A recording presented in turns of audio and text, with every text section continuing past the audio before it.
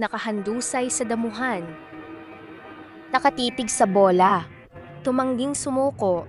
Kahit bumagsak sa court, iniunat ni Alex Eala ang bawat hibla ng kanyang lakas upang maibalik ang bola. Ang isang tagpong iyon ay sumasalamin sa tunay na diwa ng isang kampyon. Hindi lamang talento, kundi pusong palaban, matibay na determinasyon at tapang na ipaglaban ang bawat puntos. Hindi lang ito isang tennis play. Isa itong paalala na sa buhay, hindi mahalaga kung ilang beses kang nadadapa, kundi kung gaano katatag ang iyong loob na bumangon at patuloy na lumaban.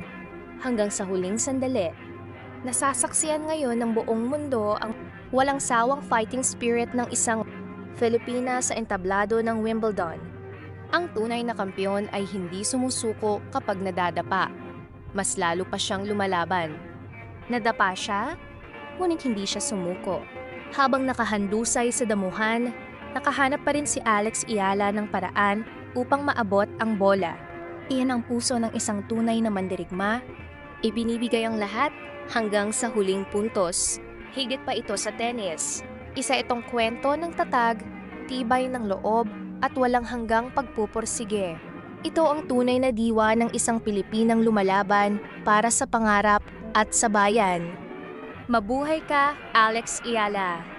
Ang FPJ Legacy Channel ay nagbibigay pugay sa iyong tagumpay.